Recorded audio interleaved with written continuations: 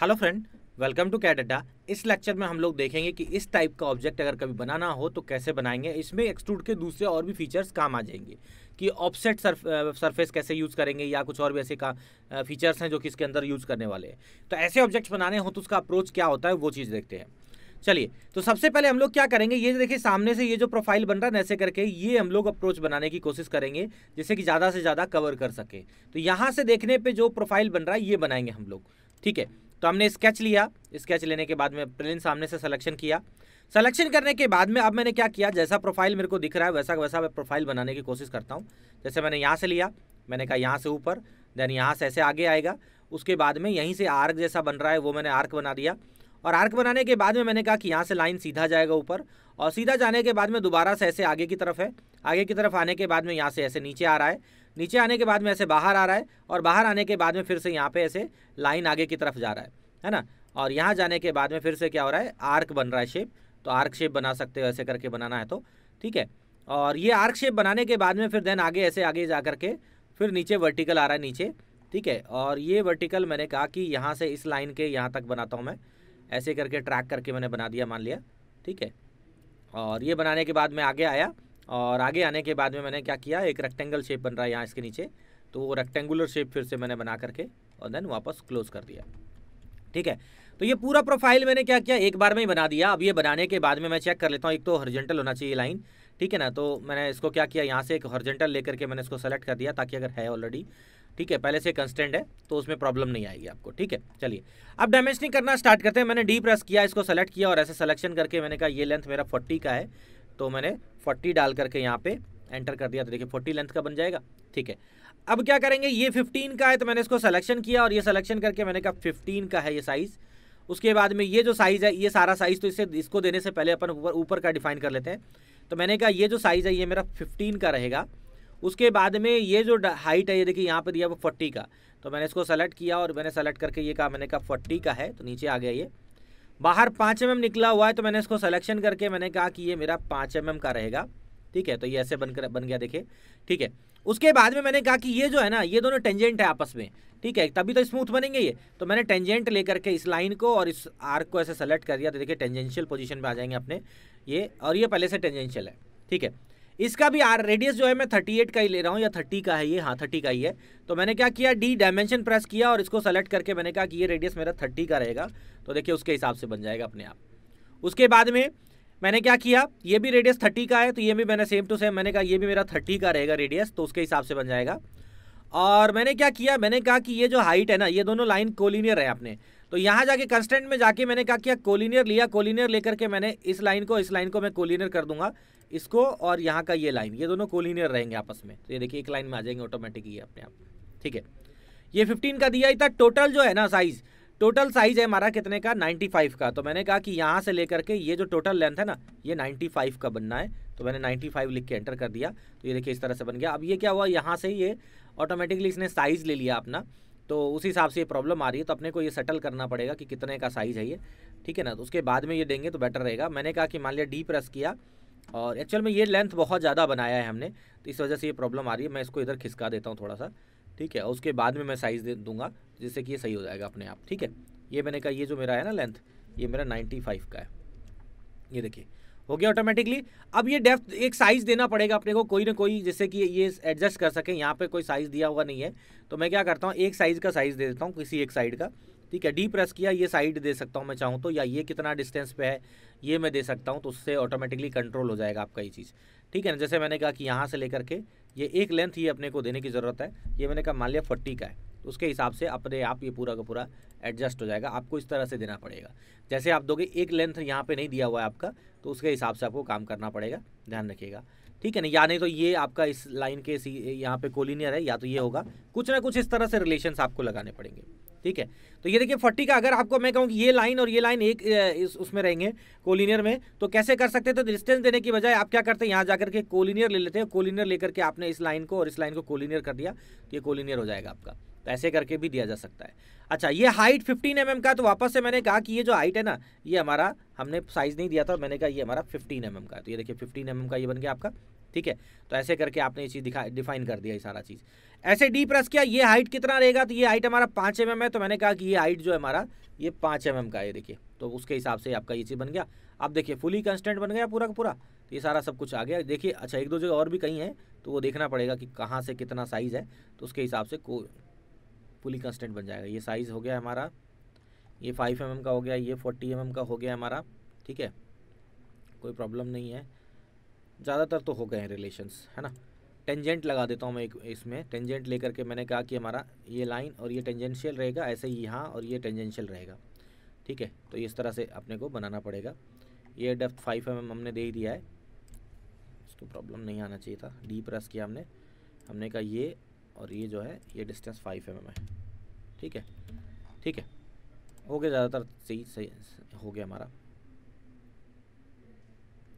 ये दोनों लेंथ बराबर है तो आप इक्वल लगा सकते हो इन दोनों के बीच में। आपने इसको सेलेक्ट किया और इसको ऐसे इक्वल कर देंगे तो इक्वल हो जाएगा आपका, ये लेंथ ऑटोमेटिकली इक्वल हो जाएगा। तो आपको ज़रूरत नहीं है करने की, ये 95 देने की ज़रूरत नहीं थी अपने को, ठीक है ना, उससे काम हो जाएगा।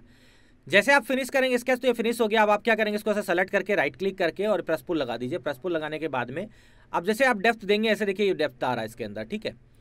अब क्या करना है, देखिए इसमें डिस्टेंस देने की बजाय आप वन साइड की बजाय यहाँ जाके सिमेट्री करिएगा आप इसको, ठीक है। टू साइड में क्या होगा कि जितना लेंथ इधर देंगे उतना ही दूसरे डायरेक्शन में अपना दे सकते हैं या अलग भी दे सकते हैं। ये देखिए दूसरा डायरेक्शन का ऑप्शन दे देगा ये अपने को, बस यहाँ, बट यहाँ पे हम क्या करेंगे, सिमेट्री लेंगे।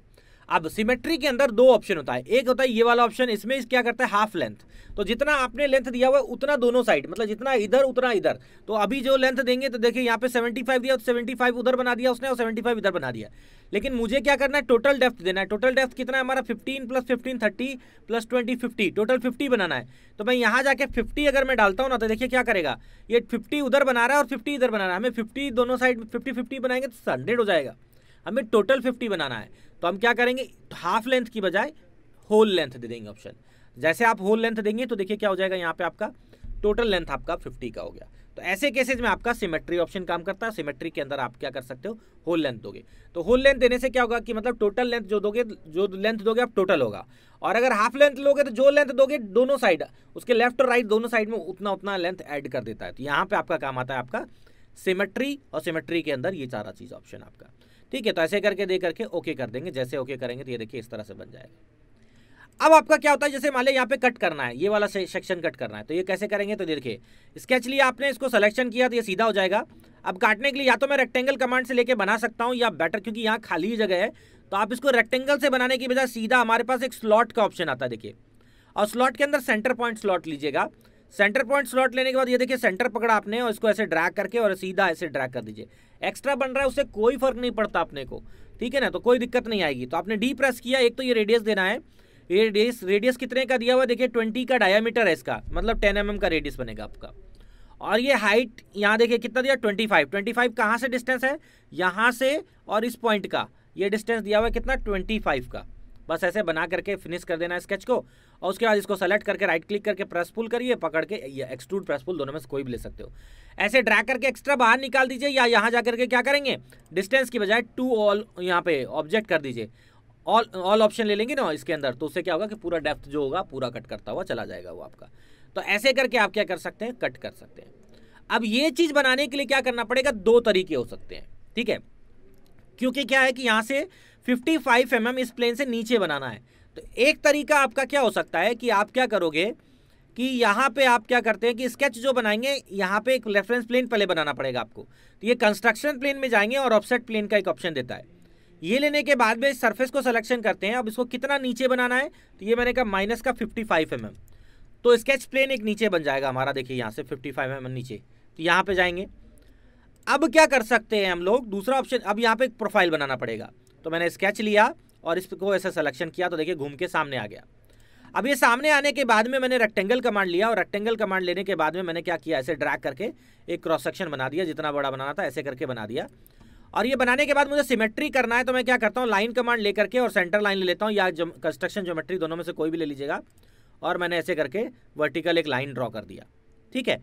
ये ड्रॉ करने के बाद में ये टेढ़ा लग रहा है मुझे, तो मैं इस पर वर्टिकल लगा देता हूँ, तो सीधा हो जाएगा, ठीक है ना। बाई चांस कई बार ऐसा हो जाता है, स्नैपिंग कर रहा होता है या कुछ गड़बड़, तो उससे टेढ़ा हो जाता है। अब इसमें सिमेट्री लगा दीजिए। सिमेट्री कैसे लगाएंगे, तो यहाँ पे सिमेट्री का ऑप्शन मिल जाता है कंस्ट्रेंट के अंदर आपका, क्योंकि मैंने ये छोटा कर रखा है इसलिए मुझे यहाँ पे लेना पड़ेगा, अदरवाइज वहीं डायरेक्टली मिल जाता है। ये देखिए सिमेट्री, सिमेट्री लेने के बाद एक बार आपने इसको सेलेक्ट किया, एक बार इसको सेलेक्ट किया, एक बार सेंटर लाइन को सेलेक्ट किया। सिमेट्री करने से क्या होगा, सेंटर के दोनों साइड लेफ्ट राइट इक्वल हो जाएगा आपका क्रॉस सेक्शन। ठीक है, डी प्रेस किया डायमेंशन के लिए और इसको सिलेक्शन करके मैंने साइज दे दिया। ये साइज कितना है, ठीक है, ये साइज देना पड़ेगा अपने को। ये मिड पॉइंट पे इसने ले लिया तो इसको डिलीट करना पड़ेगा अपने को, रिलेशन को। कभी अगर ऐसा हो जाए तो आप डिलीट कर सकते हो। देखिए तो ऐसे करके डायमेंशन लिया, डी प्रेस किया आपने और ऐसे करके डायमेंशन दे दीजिए। ये विड्थ कितना दिया गया है, तो रेडियस बाहर वाले का दिया हुआ है देखिए R15 का, मतलब कि 30 mm का होगा ये आपका। ठीक है, तो ऐसे करके आप इसको बना सकते हो। ये बनाने के बाद आपने सर्कल कमांड लिया और सर्कल कमांड लेकर के आपने क्या किया, ऐसे करके सर्कल ड्रॉ कर दिया और ट्रिम कमांड लेकर के आप क्या करेंगे, एक्स्ट्रा पोर्शन जो है आपको नहीं चाहिए उसको ट्रिमिंग कर दीजिए। तो ये देखिए ट्रिमिंग हो गया। ठीक है, अब डी प्रेस किया और ये साइज देना है अपने को, तो ये साइज ऐसे दे देंगे। कितना साइज है ये हमारा, 20 mm दिया हुआ ये, तो 20 mm साइज हमने दे दिया। देखिए मॉडिफाई हो गया। ये मॉडिफाई करने के बाद में अगर होल भी बनाना है तो सर्कल कमांड लेकर के होल भी बना सकते हैं यहीं पे, अगर आपको चाहिए तो ऐसे करके सर्कल बना दीजिए। और इसका रेडियस जो है आपका 8 mm का है, तो डी प्रेस करके आपने क्या किया, डी प्रेस करके यहाँ पे अपने साइज दे दिया 8 की जगह यहाँ पे 16 डलेगा, क्योंकि डायमीटर डलेगा हमारा।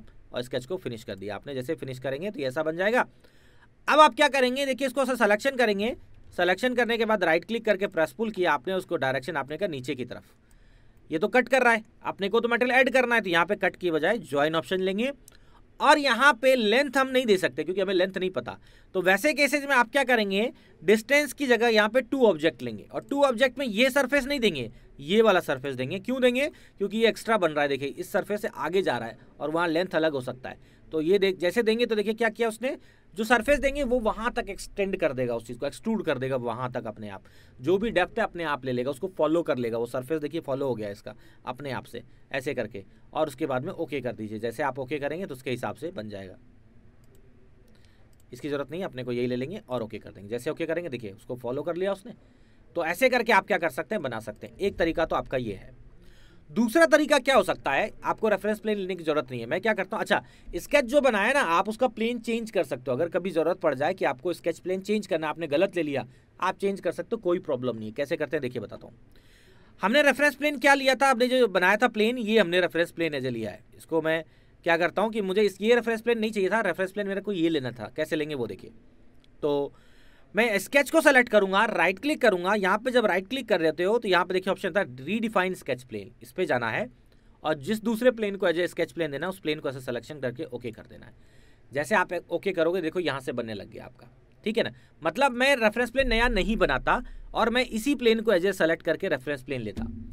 ऐसे केसेज के अंदर आप कैसे करते, क्योंकि ये इससे तो 55 mm नीचे से बनाना है, तो उसमें क्या करना था कि आप इसको सेलेक्ट करते, राइट क्लिक करके एडिट स्केच में फीचर में जाते और यहाँ जाने के बाद में ये यहाँ पे देखिए प्रोफाइल प्लेन की बजाय ऑफसेट ऑप्शन लेते हैं। ऑफसेट ऑप्शन लेने के बाद में कितना ऑफसेट रखना है वो यहाँ वैल्यू डाल दीजिए। मैंने कहा 55 mm, अगर मैं 55 दूंगा तो ऊपर बन जाएगा, तो मैंने यहाँ जा करके मैंने कहा माइनस का 55 mm नीचे बनाना। देखिए तो हमने स्केचिंग तो यहाँ किया, आपने 2D जो प्रोफाइल बनाया वो तो ऊपर बनाया, लेकिन उसने वो 55 mm नीचे से बनाना शुरू किया क्योंकि आपने ऑफसेट ले लिया ऑप्शन। तो देखिए यहाँ से 55 नीचे आ जाएगा। तो ऐसे केसेज में आपको स्केच प्लेन बनाने की जरूरत नहीं है। इट मीन्स कि इससे पहले वाला जो मेथड मैंने बताया था जिसमें कि नया प्लेन बना के फिर बना रहा था, उसकी जरूरत नहीं है। लेकिन हर टाइम ये पॉसिबल नहीं हो पाएगा, तो कई बार आपको इस रेफरेंस प्लेन लेके फिर बनाना पड़ेगा। ठीक है ना, तो ध्यान रखिएगा इस चीज़ का।